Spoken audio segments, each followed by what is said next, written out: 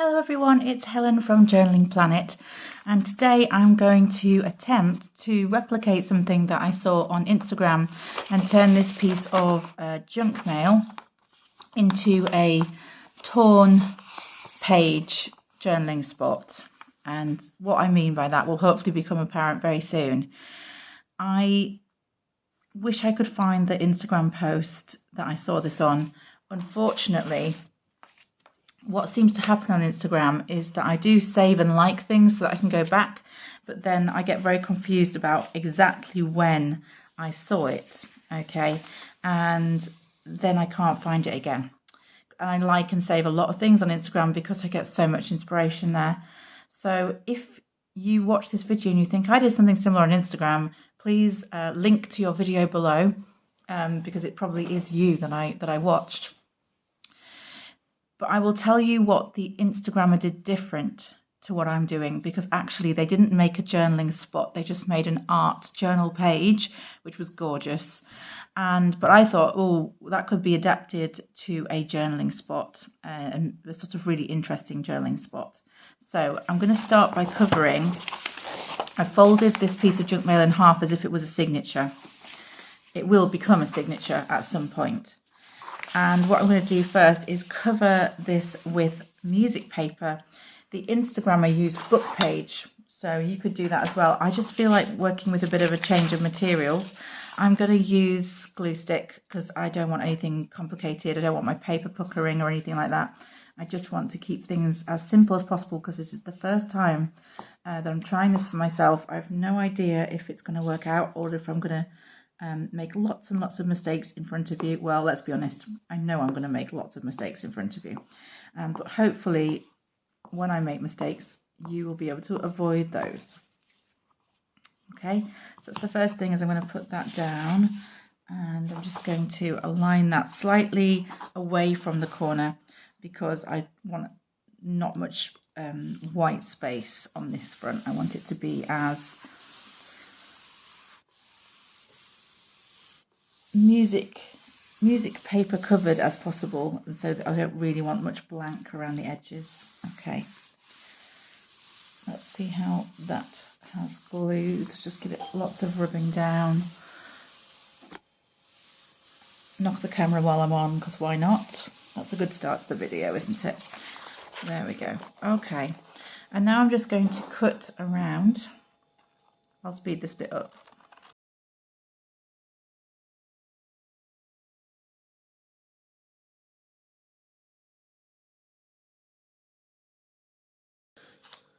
Whilst I was on, I went round and glued the corners down, and 3 out of 4 corners did need re-gluing, as is typical when you create a project like this and you you cut around it. So I now have a piece of paper that looks like this. This is already so much sturdier, unbelievably much sturdier. And then I'm going to do something that may horrify, but I'm going to just jab the scissors right into the middle of my beautiful paper like that. I'm going to make a cut, and I'm going to start tearing. Yeah, I'm going to tear out the inside of this page, and I'm going to knock my glue over as I do that to make it look really professional.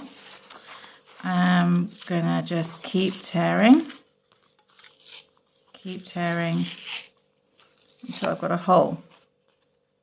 Okay, I will reuse this in scraps, don't worry. It will get reused, I promise. Okay, and because this is quite a big sheet of paper, I'm actually going to try and make the hole a bit bigger. Take it around, sort of, almost to the edge, but not quite. I want to leave a decent margin at the edge. Okay, so far, not so complicated, okay? But now I have, Helen, now you have a horrifyingly large hole in the middle of your page. What are you thinking? Well, what I'm thinking is that we will put some cute backing paper on, and I will trim this down a bit so that the this shows more in the view, or I will turn it around so that it shows more in the view like this. Okay, it can be on this side, it doesn't have to be. I can rearrange it anywhere I like. I can just position it wherever I'd like to make sure that the pattern shows. And then I'll be gluing that onto the back of the page. Like that. Hopefully you can already see that this would make a really cute journaling spot, even just as it is. Okay, so what I'm going to do is I'm actually going to turn it this way around, because the reason I want it this way around is, one, that the notes are the right way up, but that might not bother you. But two, if you were flipping through a journal, this would be the page you'd come to first. If you see what I mean, this would be the side you'd come to first. So I'm going to trim along here a little strip and then reposition it and see how we're doing. So I'm going to just go beyond where this little butterfly is and hope that's not too small. I do have a spare piece of this paper if I've made a bit of a misjudgment there. So let's have a look.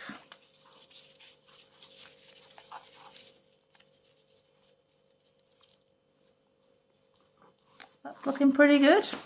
I would say that's looking pretty good.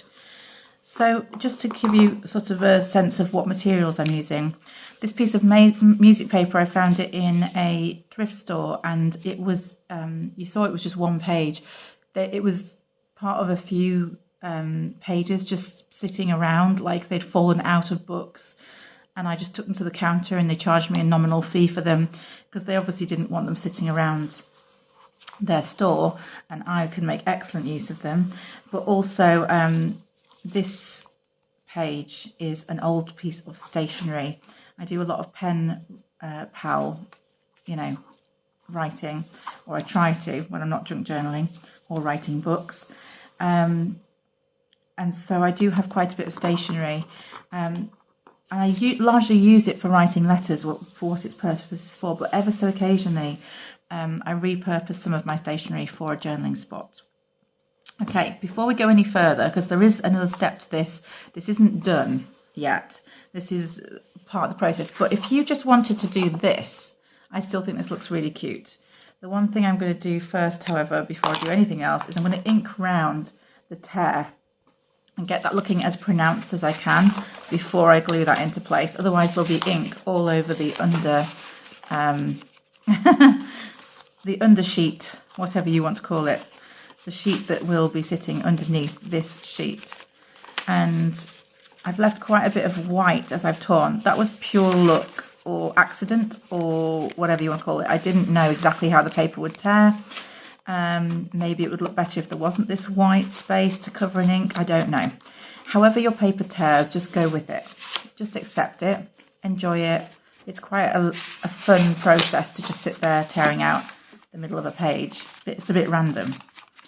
So when the Instagrammer did this bit, they put really bold scrapbook paper behind this hole, and then they created like an art journaling page, which they completely covered with pictures, and they made this gorgeous frame. Lots of embellishments around what is essentially a frame.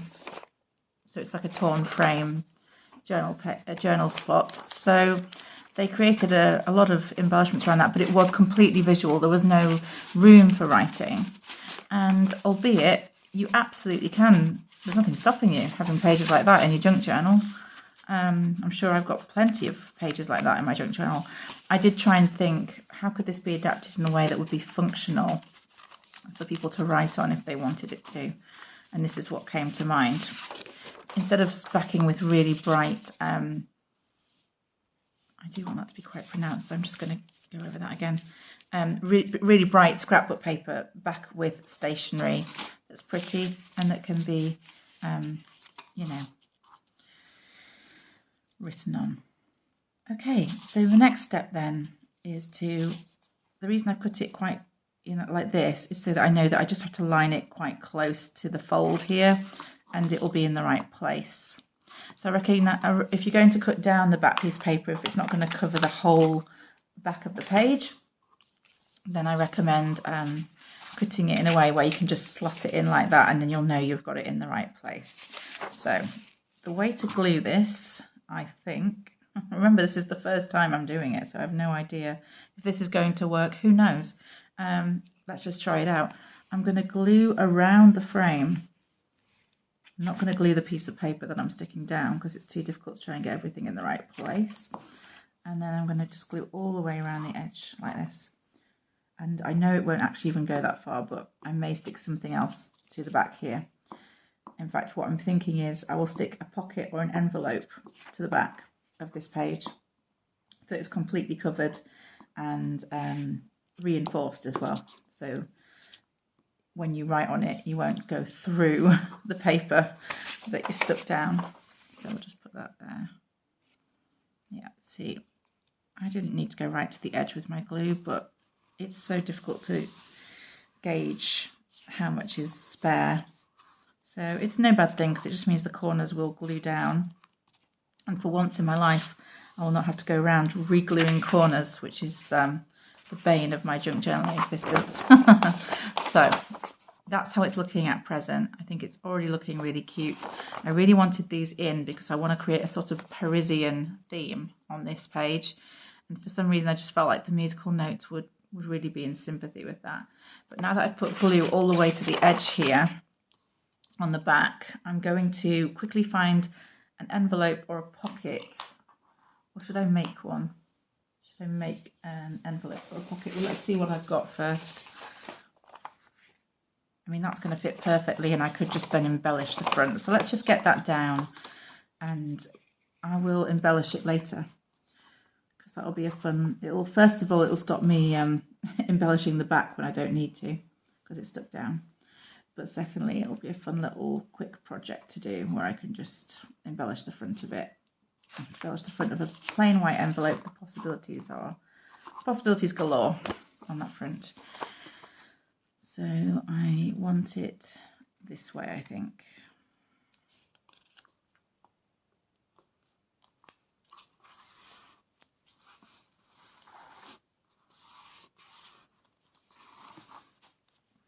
Okay.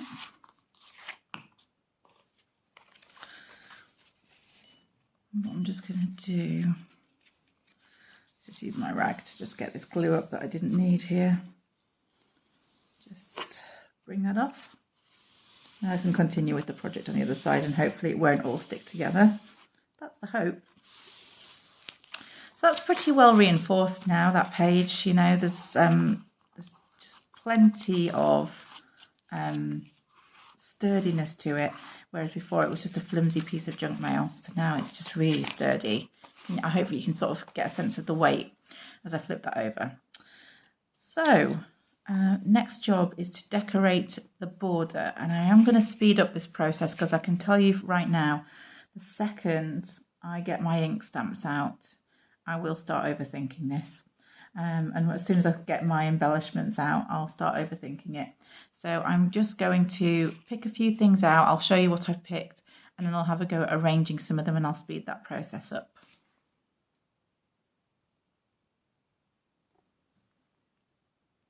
Okay, I've got sort of this stray bit of washi. I pulled a few things out of my scrapbooks. I have some things that I fussy cut. I have no idea which of these are going to work on this piece of border, but I'm just going to have a play around. And what I was thinking is that I would use this set of stamps, probably this lady here, and stamp her onto a piece of this paper, the white paper, so it sort of mirrors what's on the inside, and then fussy cut around her and put her at this corner and use her as the starting point to then go kind of into a more Parisian, feel. I have, let's see, I do have an Eiffel Tower stamp, so I think that's likely to feature possibly in the opposite corner, possibly straight onto the music paper. I might not even use a scrap for that. And, these postage stamps are also likely to feature, the sort of Paris postmark, etc. And the only other thing I have is this kind of vintage bottles, but I don't know. I might just use some of the text like fountain pen ink and things like that. I don't want to, there's only so much space, so I'm going to have to see what I'm going to do. So maybe the best thing for me to do would be to start with the Eiffel Tower, since Paris was my idea. Okay, I'm going to get going and I'll speed this bit up because otherwise I'll tell you it will be quite slow. So let's see what I can do.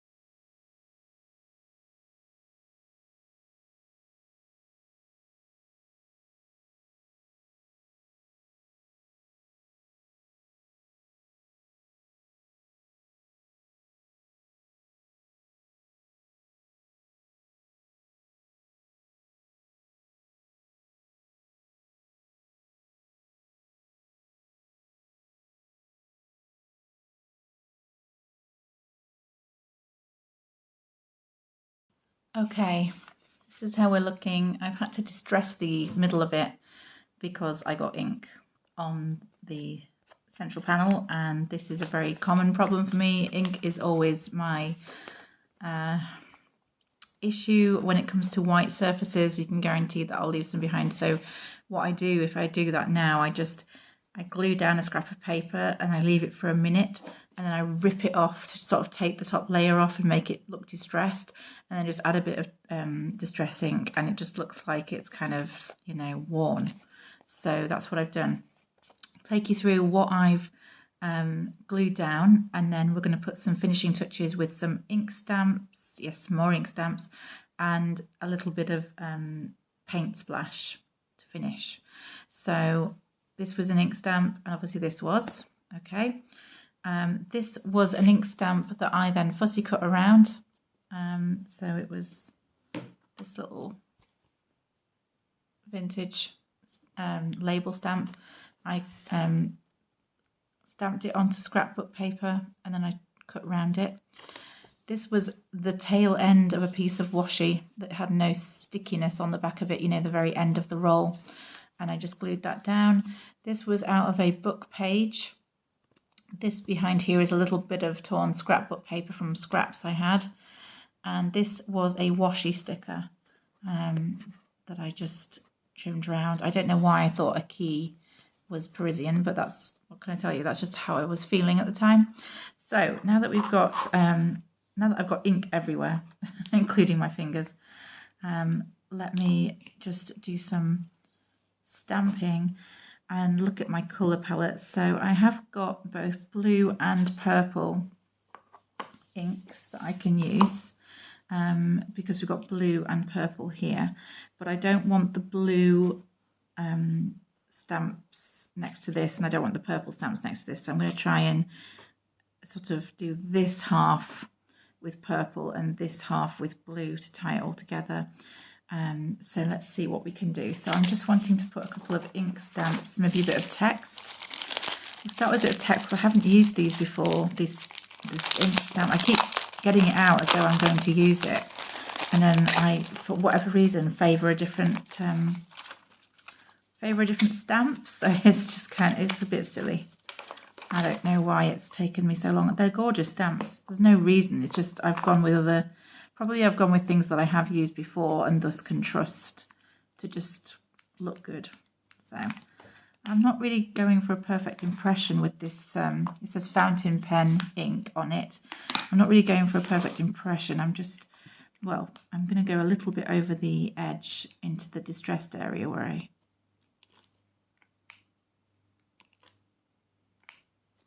I just love it when you get kind of half an impression with a piece of text. It just looks kind of cool.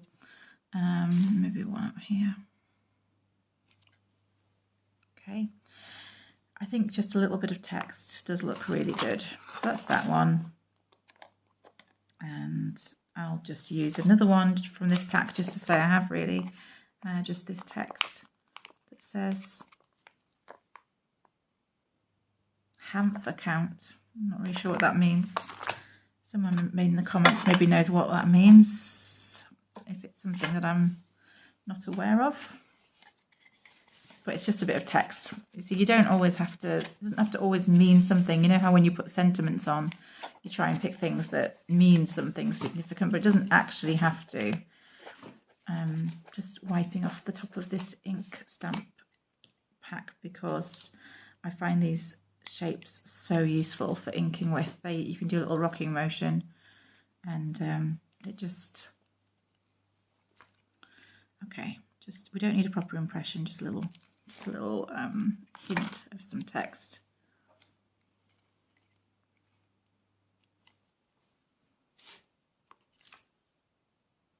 Okay, so that's a bit of text, and then I wanted some postmarks, and some of these have postmarks, do have text on them, so that's going to work double duty.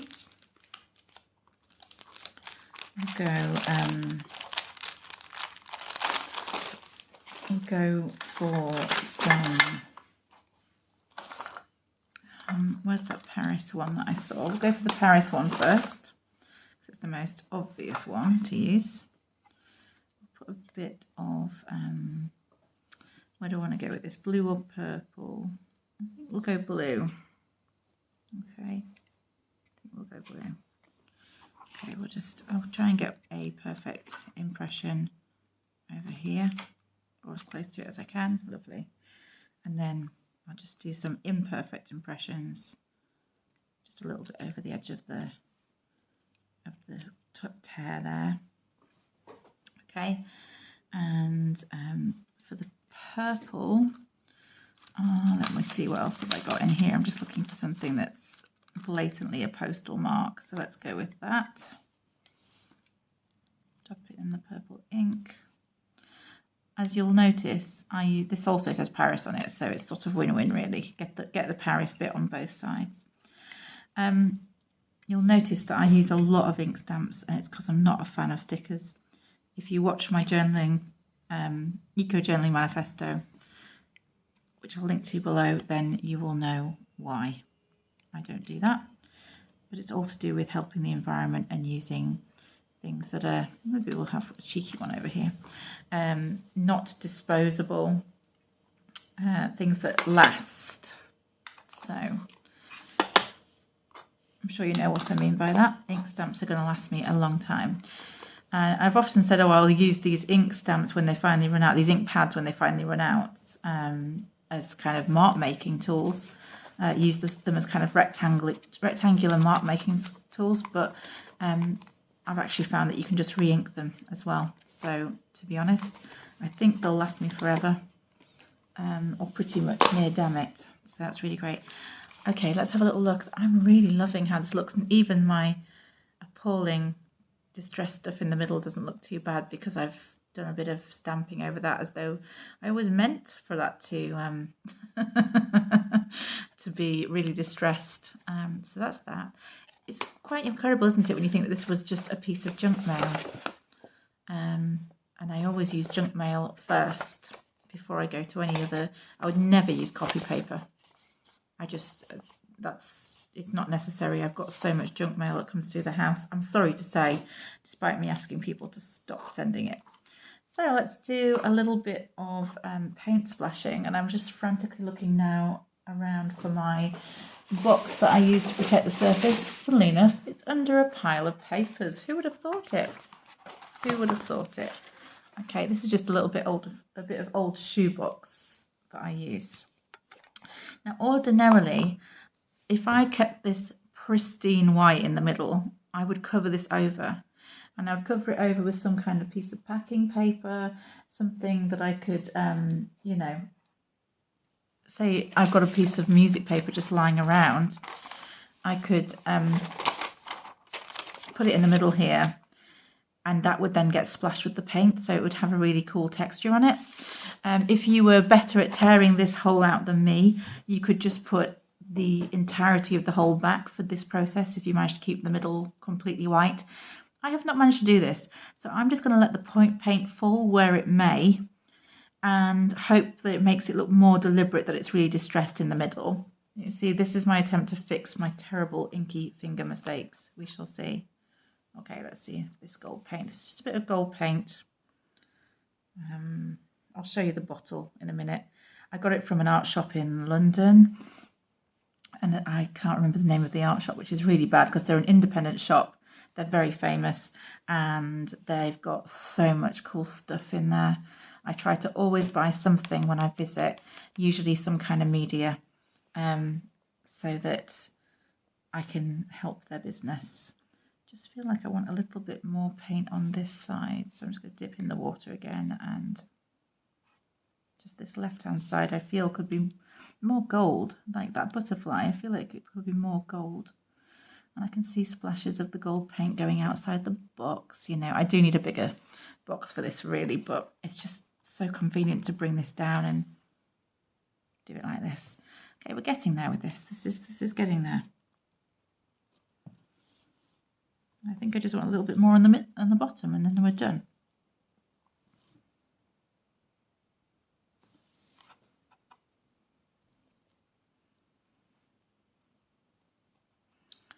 You can be really clever and put some packing paper or something underneath your project when you do this, and it just collects the spare paint. I haven't thought to do that this time, but it is very useful. Right, this is starting to look a lot closer to what I envisioned it would at the very beginning, even though I didn't really have much of an idea what the project would look like. I'm just cleaning off my hands like you do. This is the bottle of paint. It is C. Roberson. Oh, I think that's the name of the actual shop. Do they do their own paint? Yes. I think so. I think so. Anyway, it's liquid metal, it's called. Classic gold. And I'm pretty sure if you just typed that into Google and you really wanted it, it would come up. So let's have a little close-up of this. Obviously, it's still wet. But I think, considering this was a piece of junk mail to begin with, what a beautiful thing. You turn your page in your journal and you're met with this. And then when you turn over, you'll have an envelope that you can use, and I will have embellished that envelope at a later date. I'm so glad that I tried this out. I had no idea how it was going to look, but I'm really happy with it. If you try out this technique Obviously, you can use your own embellishments. You can use book page or you can use anything for the frame. Probably something neutral is good, because then you can embellish as much as you want on top of that. If you've got ink stamps, great. If not, I've got a video on making marks with just junk, which I'll link to below. Anything that you fussy cut, you can use. Any stickers you've got, you can use. Even the end of your washi roll, you can tear up and use. For this back piece of paper, I used a piece of stationery, but you could literally use lined paper and maybe ink it up, or find another way of distressing it, or stamping onto it before you put it in place. But I think this is a project that's accessible to anyone. And, that's part of the reason that I used a lot of reclaimed materials, in the hope that, you would be able to think what you could use. Okay, thank you so much for watching this. Please do subscribe if you haven't already. Please do like the video, hit the little like button at the bottom, and leave me a comment below. What do you think of this? And do you like the technique? And what would you do differently? Tell me about your project, what you envision for this, or show me on Instagram at Journaling Planet. I would love to see it. I think the only thing that really remains for me to do, and it's what I always forget to do, I don't know why, because it's a very common thing that we do in the junk journaling world, but for some reason I'm very good at forgetting to ink around the outside of my project.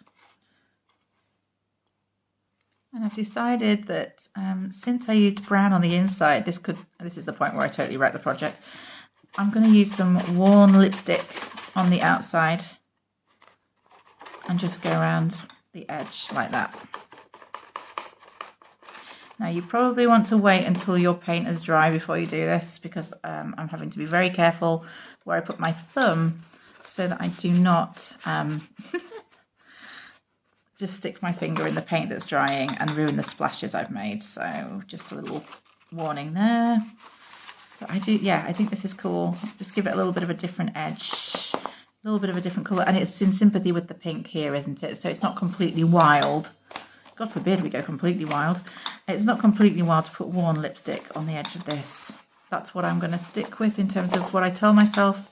You can make your own judgment on whether or not I've just completely ruined the look of it. And because it's something that's going to stick into a signature, I'm just going to go along this edge, but that's not entirely necessary. I think we can all agree.